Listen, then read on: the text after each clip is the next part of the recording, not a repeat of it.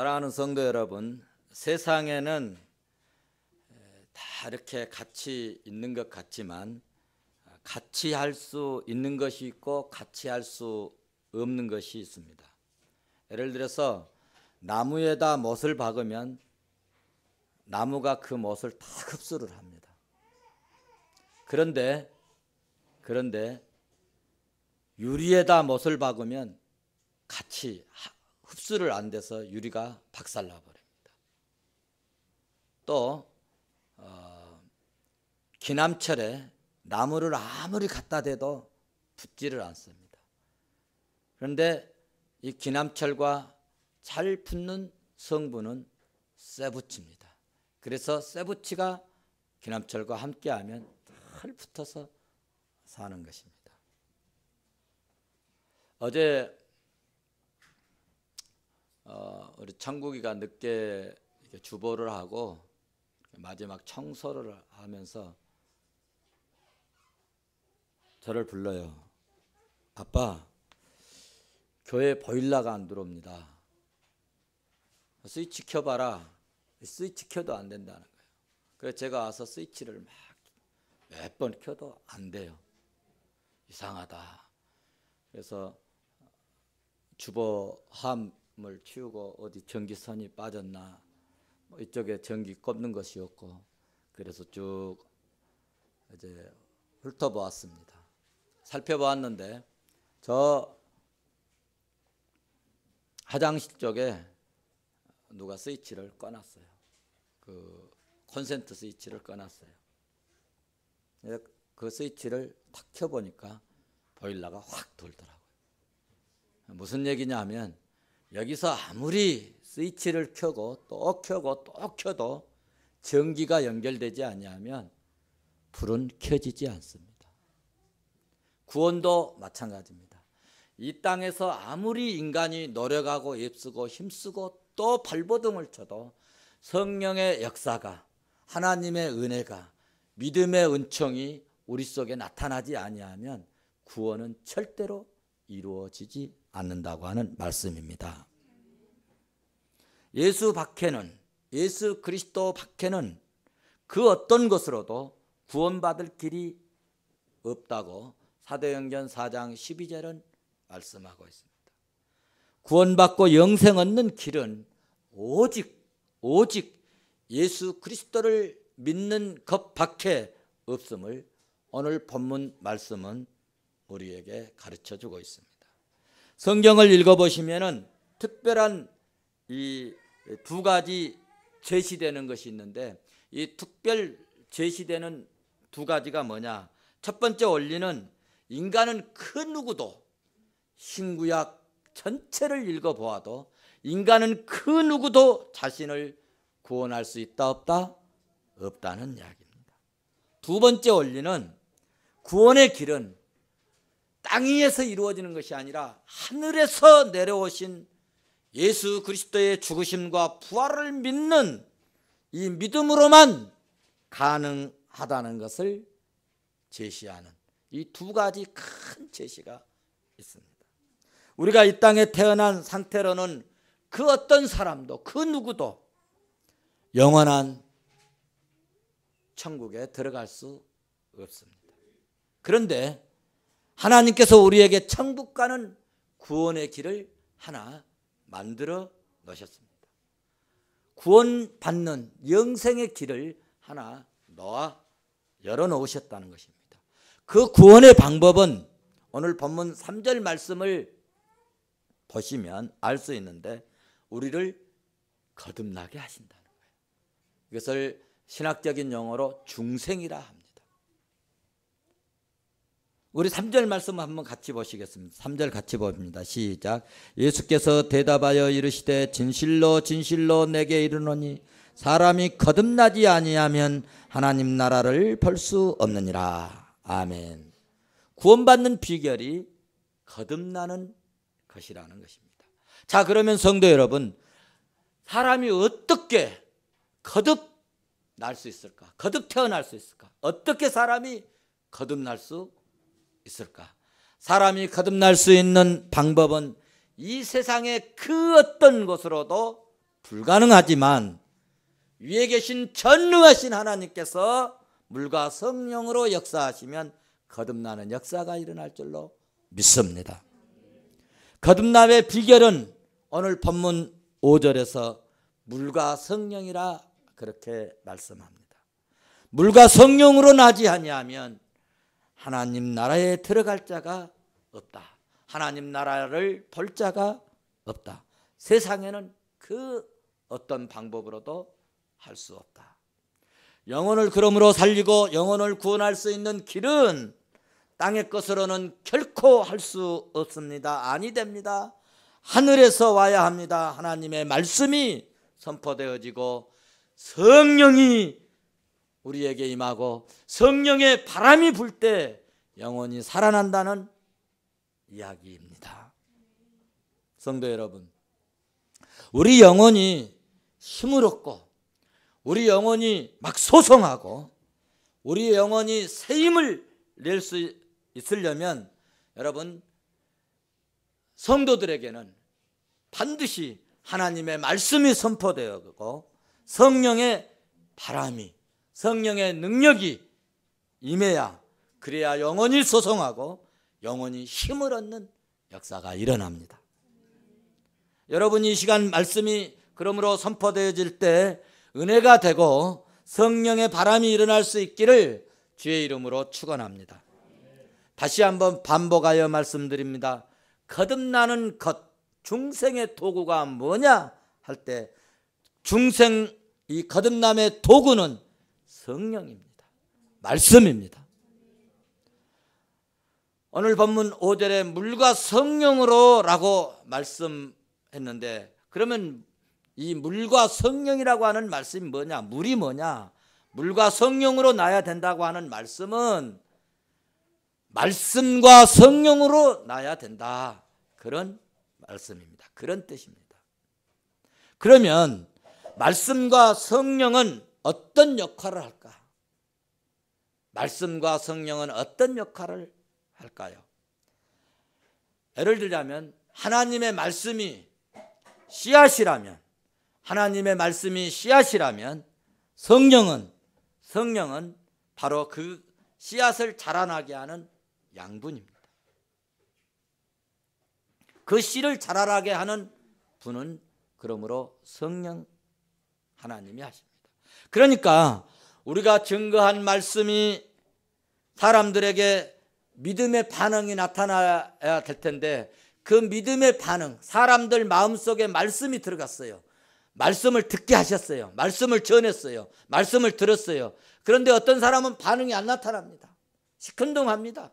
냉랭합니다. 그런데 어떤 사람은 말씀을 듣고 반응이 나타나요. 그래요? 그랬어요? 그래요? 그렇게 해야 되겠습니다. 나도 한번 믿어봐야 되겠습니다. 그럼 반응이 나타나요. 제가 청와대에서 설교한 내용을 유튜브에 이렇게 하야방송에서 올려줬더라고요.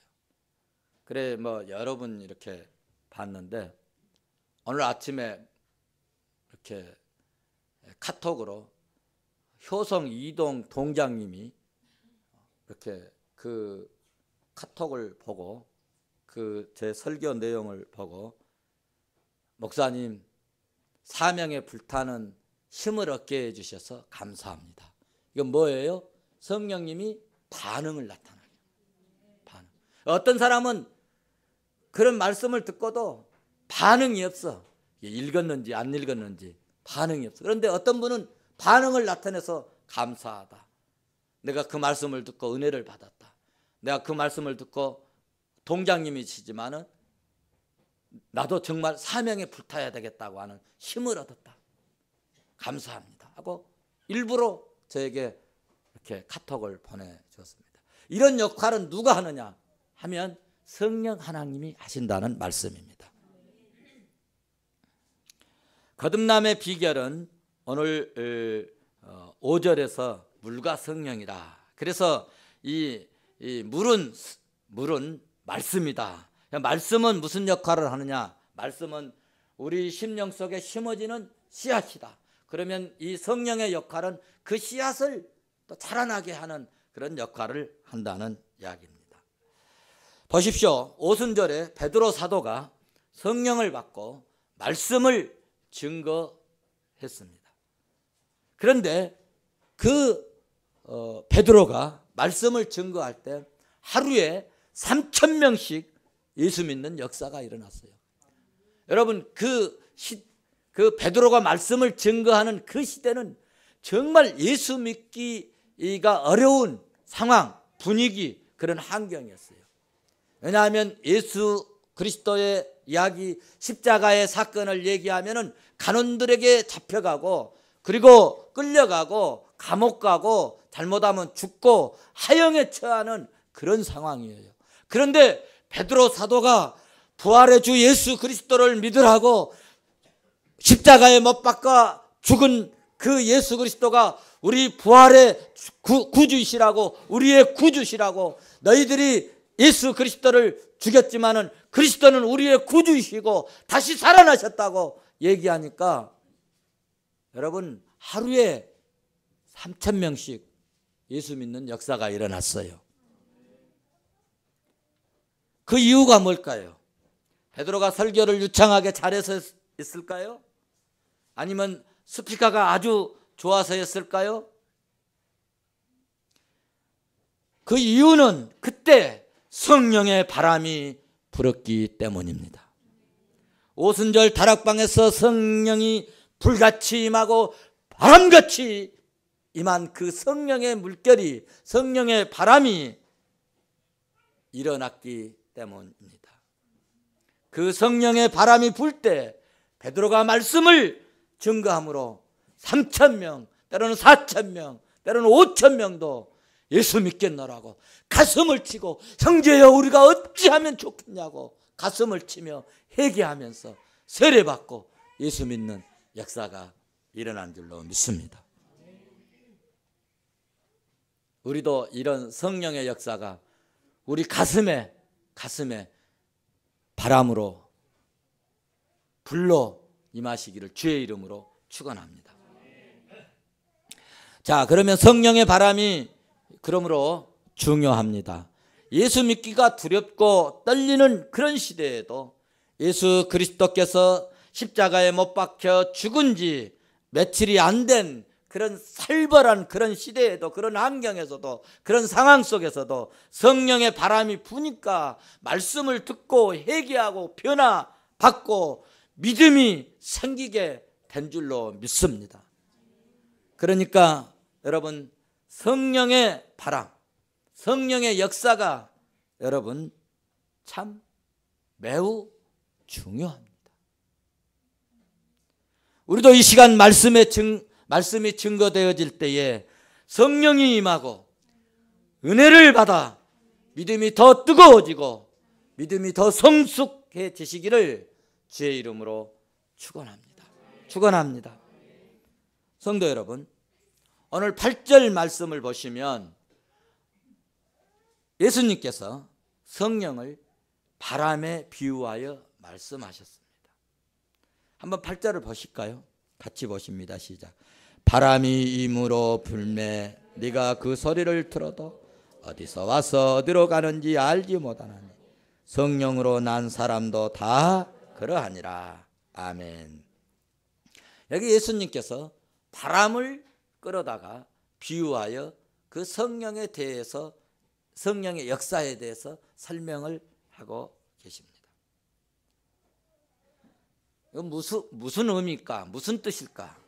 성령의 역사는 주권적이라는 말씀입니다.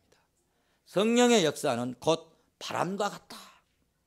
바람이 어디로 와서 어디로 갈지, 어디로 향할지 도무지 사람은 바람 소리는 들어도, 바람이 있는 것은 알지만 그것을 알 수 없다는 얘기입니다. 성령이 주권적이라고 하는 말씀은 성령의 자유요, 성령이 마음대로 자유자재로 역사하신다는 말씀입니다. 우리 인간은 바람의 속도나 혹은 바람의 방향을 절대로 바꿀 수가 없습니다. 조종할 수가 없어요. 여러분, 태풍이 올라올 때 그 방향을 뭐 일본으로 확 꺾어버리면 얼마나 좋겠습니까?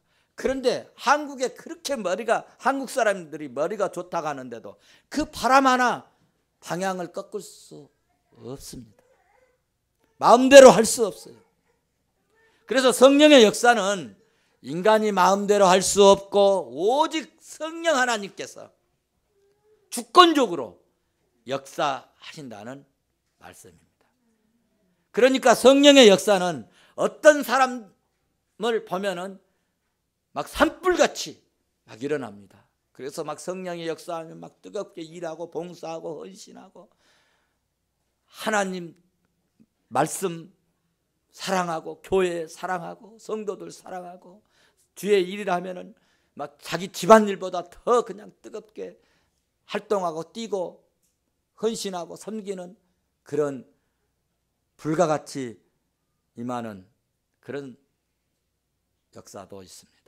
어떤 분에게는 이렇게 산불처럼 성령의 바람이 불지만 어떤 사람은 또 촛불같이 불 켜졌는데 뭔 이상한 시험의 바람만 하나 불어도 훅 하면 꺼져버려요. 그래서 저 사람이 언제 예수 믿었는지 언제 은혜 받았는지 뭐 시험거리 하나만 바람이 불어도 훅 하고 꺼져버리는 그런 사람도 있습니다. 또 어떤 분에게는 여러분 미풍으로 불어옵니다. 어떤 분에게는 태풍같이 불어옵니다. 그러니까 여러분 기도할 때도 보시면 어떤 분은 막 소리를 지르고 주여 믿습니다 도와주시옵소서. 그런데 지금 큰일이 있는데도 어떤 사람은 주여 도와주세요 아주 점잖하게 얌전하게 하신 분도 있습니다. 또 찬송할 때도 보시면 막 모두가 은혜를 받고 박수를 치면서 뭐 할렐루야 하면 뭐 손을 들고 찬송을 부르는데 어떤 분들은 입만 떨썩떨썩 하면서 찬송을 하는 그런 모습도 볼 수 있어요. 똑같은 찬송, 똑같은 장소에서 똑같은 이제 리더에 따라서 이렇게 하지만은 다 다르는 것은 성령의 역사가 주권적이기 때문에 그렇다는 말씀입니다. 성령은 자유롭게 역사합니다. 또 성령의 역사를 바람에 비유한 것은 두 번째로 성령의 역사를 그 어느 누구도 저항할 수 없다. 받아서 합시다. 성령의 역사는 그 누구도 저항할 수 없다. 여러분 미국 같은 나라가 세계에서 가장 과학이 발달한 뛰어난 대단한 나라. 그런데 가끔 허리케인 같은 그 바람이 불어와 가지고 많은 시민들이 죽고 재산 피해가 나고 엄청난 피해를 가져옵니다. 그런데 그 강한 나라, 세계에서 가장 강대한 그런 나라도 그 바람을 막을 수가 없어요. 일본에 일어난 쓰나미도 마찬가지. 우리나라도 여름이면 꼭 태풍이 오는데 그런데 문제는 그렇게 과학이 발달했지만 태풍 하나 여러분 막을 수가 없어요. 그런 것처럼 성령의 역사는 그 누구도 막을 수 없다는 말씀입니다. 그러니까 하나님이 닫으면 열 자가 없고 하나님이 열면 막을 자가 없는 것입니다.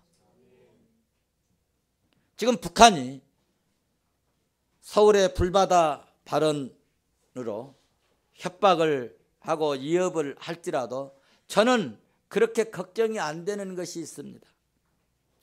왜냐하면 하나님께서는 보혈이 흐르는 이 땅을 반드시 지켜주시리라 믿습니다. 하나님은요 금방 끝날 것 같고 망할 것 같고 정말 이제는 할 수 없는 상황에 이르는 것 같아도 하나님이 막으시고 하나님이 보호하시고 하나님이 지키시고 하나님이 주장하시면 그 어떤 세력도 핵으로도 안 된다는 거예요.